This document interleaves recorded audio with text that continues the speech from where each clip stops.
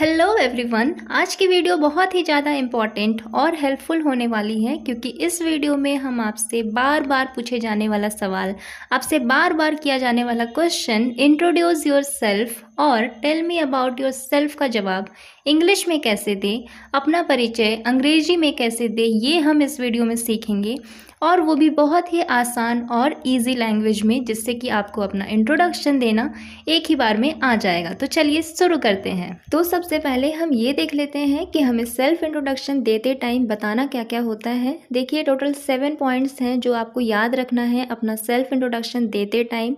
सबसे पहला होता है नेम, आपको अपना पूरा नाम बताना होता है। सेकंड नंबर पे आता है प्लेस, आप कहाँ रहते हैं आपको वो बताना है। थर्ड है जॉब, कि आप क्या करते हैं, आपका काम क्या है, आपको वो बताना होता है।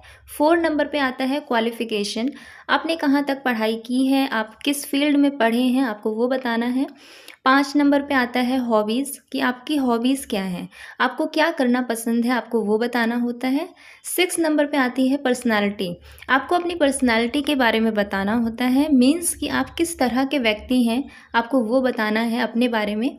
और 7 नंबर पे आता है एक्सपीरियंस, कि आपको कितना एक्सपीरियंस है या फिर आपको एक्सपीरियंस नहीं है तो वो भी आपको बताना होता है। तो ये है टोटल 7 पॉइंट्स जो आपको अपना सेल्फ इंट्रोडक्शन देते टाइम याद रखना है। अब इन्हीं पॉइंट्स को हम डिटेल में समझेंगे कि आपको इन पॉइंट्स को कैसे बताना है। So first point is name. Self introduction में नाम बताने के 2 तरीके होते हैं।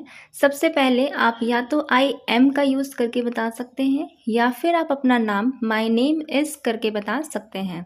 फॉर एग्ज़ाम्पल मेरा नाम सोनी यादव है, तो मैं अगर बोलूँगी तो मैं ऐसे बोलूँगी कि आई एम सोनी यादव और my name is Soni Yadav. इसी तरह आपका जो भी नाम है उसे आप आई एम करके या फिर माई नेम इज़ करके बता सकते हैं। तो ये 2 तरीके हैं जिनसे आप अपना नाम बता सकते हैं, बट याद रखना है कि इन दोनों का यूज़ नहीं करना है, इन दोनों में से किसी एक का यूज़ आप कर सकते हैं। नेक्स्ट है प्लेस, यानी कि जगह, मतलब आप कहाँ से हैं, आप कहाँ रहते हैं।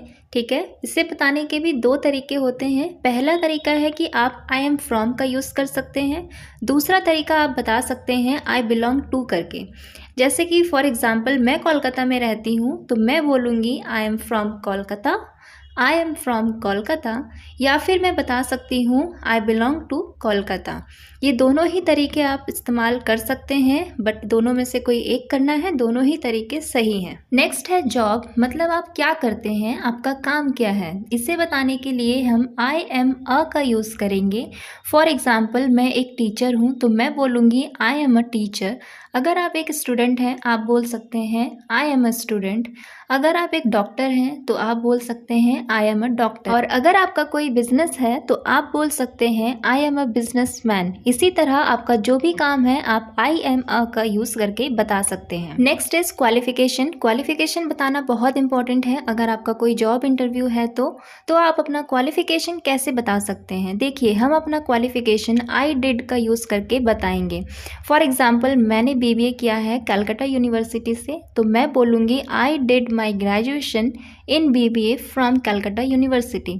ऐसे ही आपने जो भी कोर्स किया है, अगर आपने बीबीए नहीं बीकॉम बीएससी जो भी आपने किया है वो आप बता सकते हैं।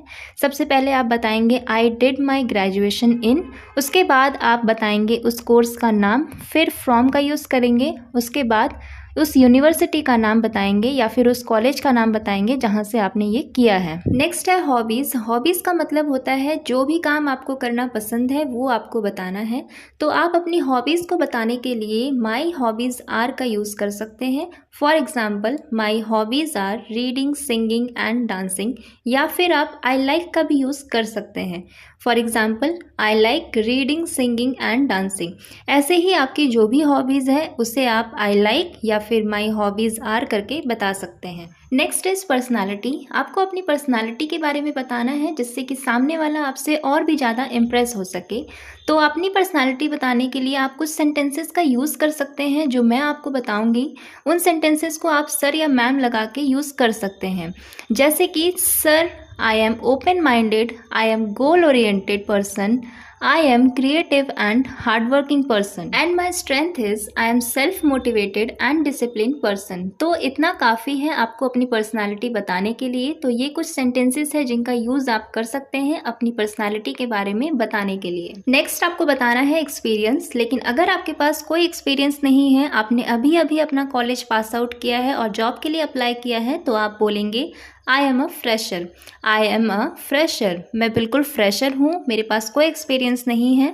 और अगर आपके पास एक्सपीरियंस है, आपने कॉलेज के 2-3 साल बाद जॉब के लिए अप्लाई किया है, उन 2-3 सालों में आपने कहीं काम किया है, तो आपको एक्सपीरियंस है, तो आप बोलेंगे I have 3 years of experience in. ऐसे ही आपको बोलना है। आपको जिस भी चीज़ में एक्सपीरियंस है वो आप इनके बाद लगाएंगे।